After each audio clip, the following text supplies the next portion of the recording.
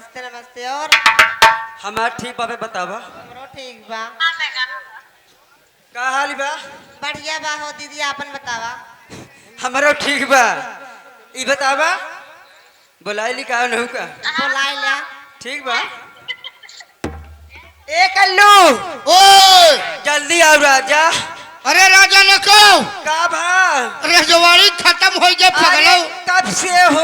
जब से चेता तब से हो। अच्छा लेकिन जल्दी आवा। हलुला यहाँ का बुढ़ऊ आँखी मारता है बैठे बैठे। आँखी मारत है। हाँ उनसे बता दे कि हे दादा रास्ता में झगुन जलेबी हम खवाए, आँखी तू मारत हो। ठीक है हम बता देते हैं लेकिन जल्दी आवा। एक कैसे आई रे का भा देखत यहाँ पगलो पे हम पहुड़े पहुड़े लेते हैं ए का भा पहले पहले लेता हो।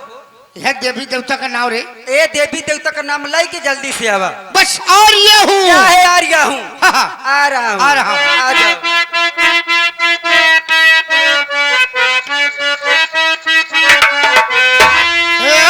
नहीं नौनिया के जोरिया कई बार नहीं नौनिया के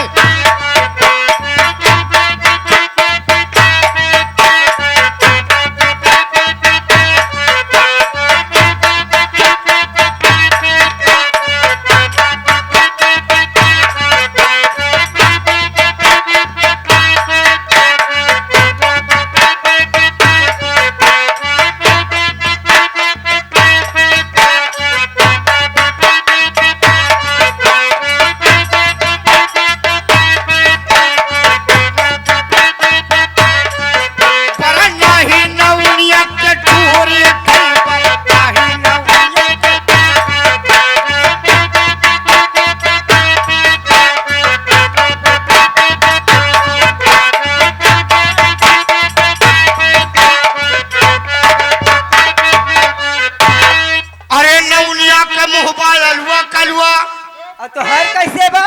कितना बढ़िया दिखा देखा दे जितना बढ़िया बा। एकदम जैसे दिखा क्या जौने सकल सूरत के है ना। हाँ। कसम भगवान काजली कौने सकल सूरत के हाथ कौने सका सूरत कही रे? जितनी समय छते पर चढ़ के बैठ जात हूँ ना, हाँ।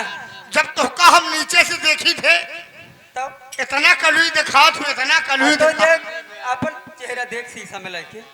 कसम भगवान का बताई तोहका हम कितना तोहर हम का कर डाई तो का हमार कैसे जीव माने का कह रहे बतावा। इन्हें उदय राज भैया तोहका पछुआए हैं। नहीं। अरे भाई तोहका बताई था। फाइंड आवा। अरे नौनिया का मुहबा अलवा कलवा अच्छा। नौवा का मुह जैसे घोड़े कई बार नहीं नौनिया के अरे नहीं नौनिया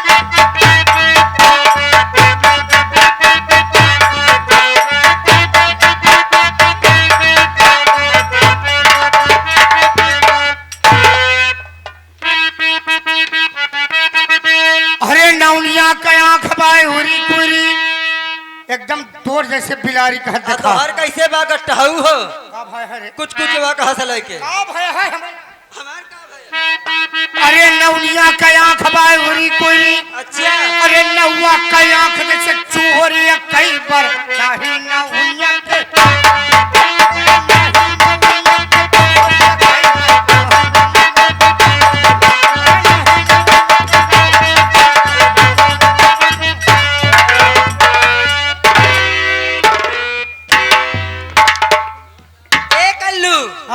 नमस्ते करती हो राजा। खा पिया मस्त रहा। हाँ खा पिया मौज करा जी। हाँ हाँ यह बरे की तोहका खा पिए का हम आशीर्वाद देते हैं कि जा खा पिया दाएं बाएं खूब मौज करा। पैसों तो चाहे किसी ने खा लिया जाए। का कहा तोहका कमी बा कह देबल का 1.5 कुंटल सरिया बेचब तुम्हारे पैसे हो चलो जाए। ठीक है हम कहे भाई पढ़ो। ए कल्लू ओ आया है के माननीय अभिमन्यु लंबरदार आया है। अच्छी बात है भैया। लंबरदार कहता है 51 रुपया देता है। अच्छा भैया लेकिन कहता है क्या हो कल्लू है ऐसे तो इतनी देर बतियाना का यार यहू को पहचाना था। नहीं यार इसका नहीं पहचान पाई भैया की आ यार कहाँ से? अरे बाप रे बाप इसका शरीर या कि गद्दा ऐसा वाला गुलगुला हे कल्लू हाँ। यही बड़े लंबरदार इसका नहीं पहचान 51 रुपया देता है। कहता है कल्लू एक नहीं पहचानता। नहीं यार भैया इसका नहीं पहचान पाए की आए भाई। जानता है के आए? की आई अरे यार कल्लू है लम्बरदार कहा था कल्लू से बता दिया है। ई क्यों दूसर नवाए की आई भैया ई तो तुहरे बाबू का सड़ुआइनिया बे। अच्छा साला हम कचौतिया बना बता, साला हम कचौतिया बनाओ तो हमारे ऊपर गाड़ी चढ़ा बता। का भबे? ये हमारे बाबू का सड़वाई नहीं है, हाँ। इसका मतलब हमारे मौसी है हाँ। कतोरी मैया। हे हे लम्बरदार तुहरे मौसी का देखते है कहा था तुहार मौसी गजब एकदम गद्दादार कब तुहरे मौसी का देख के 51 रुपया इनाम धन्यवाद। इनका खर्चा न पूरा हो पाए। ए कल्लू हाँ काहे बिना बुलाए हो रजो? तोहका हाँ हो तोहका बुलाए ही काहे बिना? आज काहे माँ काहे माँ? आज तोहका है समाज में बुलाए ही, समाज के बीच माई हा इनका सबका किकदाई दिया तू। ए कल्लू हाँ। का जई हो? यह रजो मंजन पकड़ो। मनोरंजन क्या है? हाँ। मनोरंजन हाँ, मनोरंजन मनोरंजन आवा धक्का आओ चलते हैं। आवा। लेकिन कहना बा क्या कहना बा? दिन तो बीत जाला रतिया पहाड़ लागे ले ए, कैसे हो?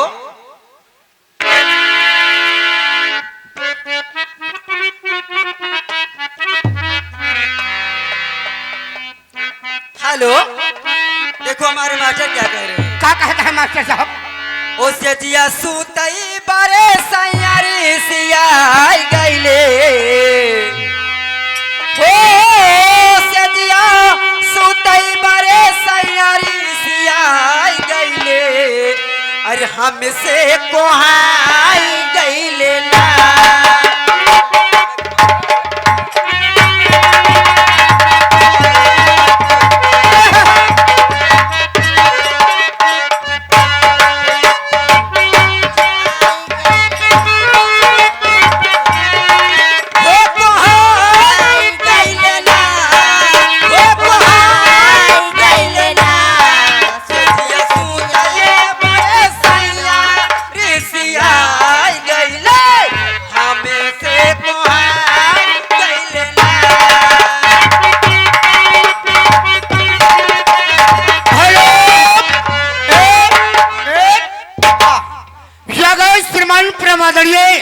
सर्वसम्मानित मनोहर छाया हुआ नाम बार बार लगातार उदयराज यादव, उदयराज यादव ठेकेदार सरिया सीमेंट मोरंग के थोक वो फुटकर विक्रेता जिला सुल्तानपुर ग्राम सभा रामपुर वाले तुम्हारे इस गाने की कद्र करते हुए 101 रुपया का इनाम जी पार्टी कोर से भैया को नमस्कार एवं धन्यवाद।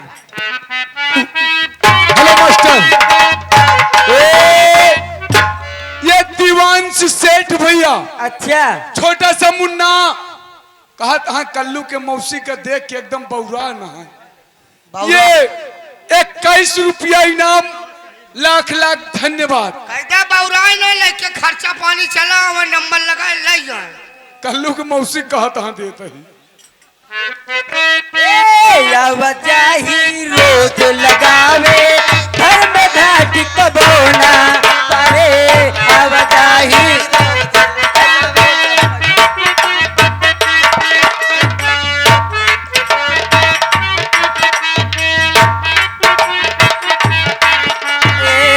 आवाजाही रोज लगावे घर में घाट कबोना परे आवाजाही रोज लगावे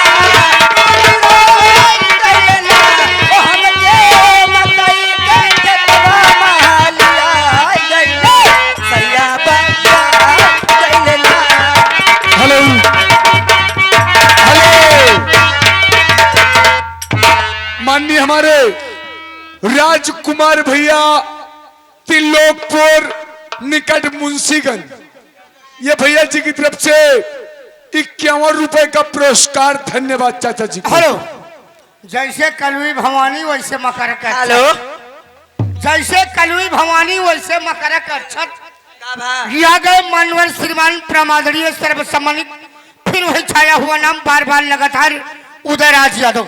जी हाँ उदयराज यादव ठेकेदार सरिया सीमेंट गिट्टी मोरंग के थोक विक्रेता अच्छा जिला सुल्तानपुर ग्राम सभा रामपुर वाले, ये तुम्हारे लिए 101 रुपया का स्पेशल इनाम पार्टी कोर से भैया को धन्यवाद। तुम्हारा क्या कहना है? अरे धीरे चलैया राजा धीरे चलैया अरे धीरे चलैया राजा धीरे चलैया अरे गाड़ी है सरकारी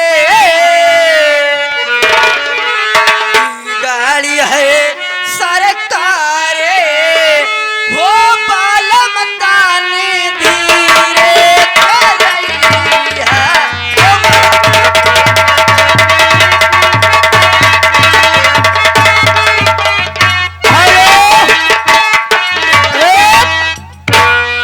यादव श्रीमान प्रमादनीय फिर वही छाया हुआ नाम बार बार लगातार तुम्हारे चाहने वाले चाहनी नहीं साले समझपुर। आय? अबे चाहने वाले आज रे। चाहने वाले सर्वसम्मानित प्रमादनीय फिर वही छाया हुआ नाम उदयराज यादव।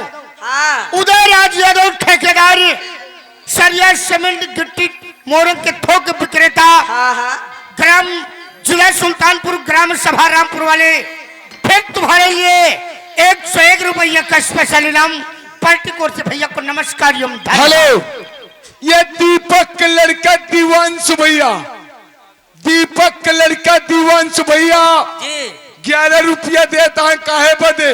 काहे बरे हो कल्लू के मौसी खातिर। रुपया में थोड़ा पानी नहीं आवत ए कल्लू, हाँ, कहा था चिंता जिन करा, हाँ, पैसा के बाद छोड़ा है। तोहरे मौसी के पेट भर दिन जाए। नहीं तो वहीं पे उतरवो भाई हैं 8-9 महीना याद करी है। अब भाई मारब सारे खट्टे से गुल्ला निकल जाए तोहरे।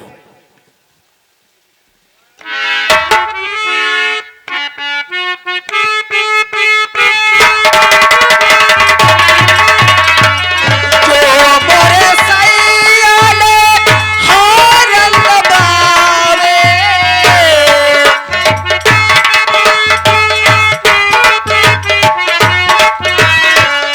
मोरे सैयाला मोरे सैयाला हारल बावे टूट पड़ी है किलकारी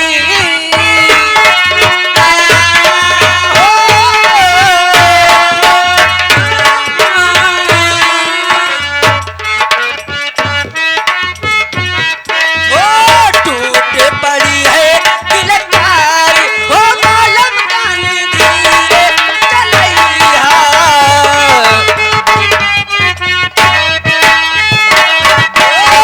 धीरे चलै हो राजा धीरे चलैया धीरे चलै हो राजा धीरे चलैया ई गाड़ी है सरकारी हो मालम कानी धीरे चलैया ई गाड़ी है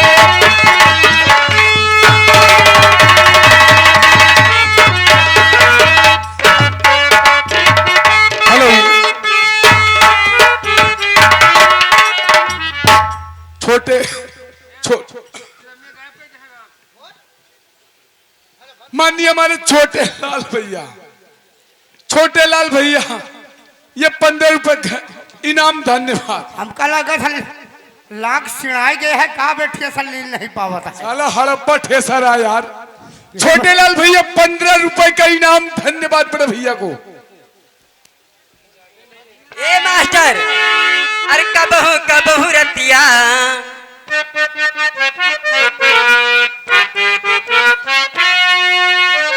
ओ कबहू रतिया अरे पहाड़ी जैसे लागे कबहू रतिया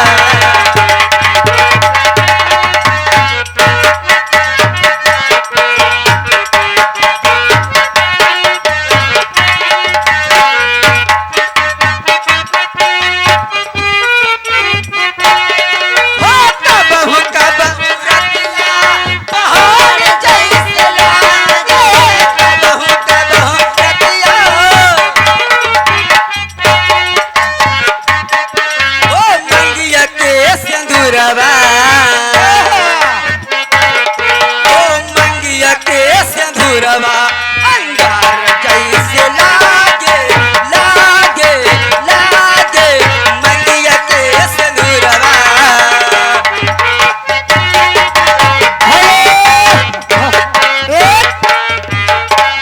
यादव श्रीमान परमादरणीय सर्व सम्मानित मानवर हंसराज यादव इसी गांव के रहने वाले ये उनकी तरफ से पार्टी का प्रोग्राम देखते हुए जी 101 रुपया का इनाम पार्टी कोर से भैया को नमस्कार एवं धन्यवाद। चढ़ली जवानी मसाक जाल चोली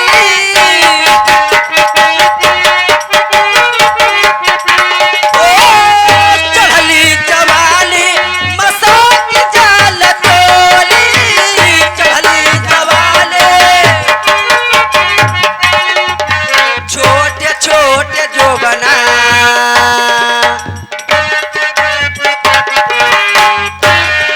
अरे छोट छोट जो बना अनार जैसे लागे लागे लागे छोटे छोटे हेलो।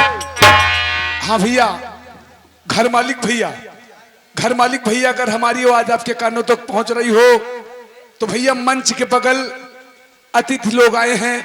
भैया एक बाल्टी पानी